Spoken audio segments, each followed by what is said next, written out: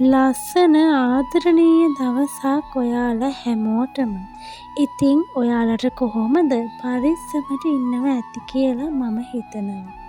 අපිට නම් ඉතින් වැස්ස අඩු වුණාට තවම ගම් වතුර වලින් නම් අඩුවක් නෑ. එන්න එන්නම ගඟේ වතුර වැඩි වෙලා මේ පැත්තම යට වෙලා තියෙන්නේ.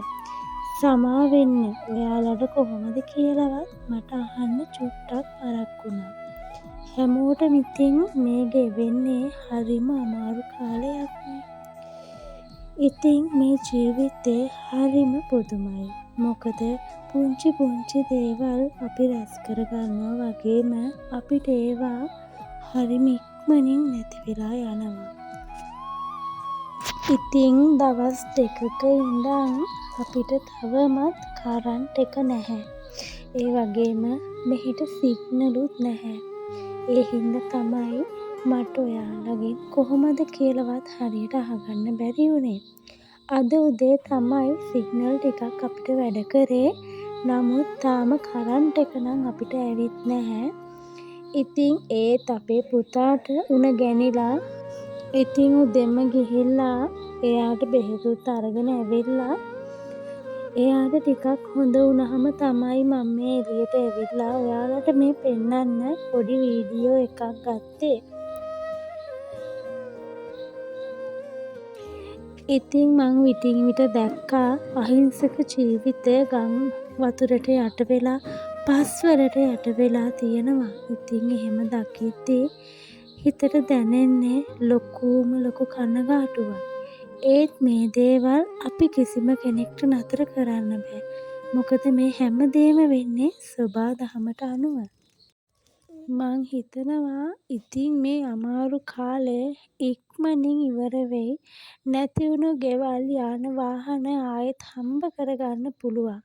ඒත් මනුස්ස ජීවිත ආයෙ හම්බ කරන්න බෑ. ඒ නිසා පුංචි දරුවෝ සතුන් අම්මලා තාත්තලා ආච්චිලා සීයලා ලෝකවාසී හැමදෙනාම පුළුවන් තරම් ආරක්ෂා වෙලා ඉන්න. අහිංසක සතුන්ගේ ජීවිත පුළුවන් තරම් ආරක්ෂා කරගන්න.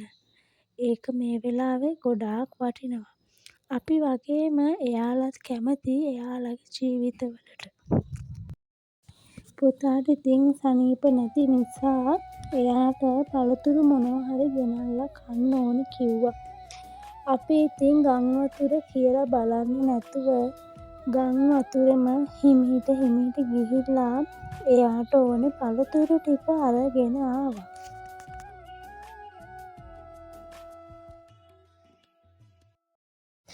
ඉතින් අපි යනකොට 11ට විතර ඇති.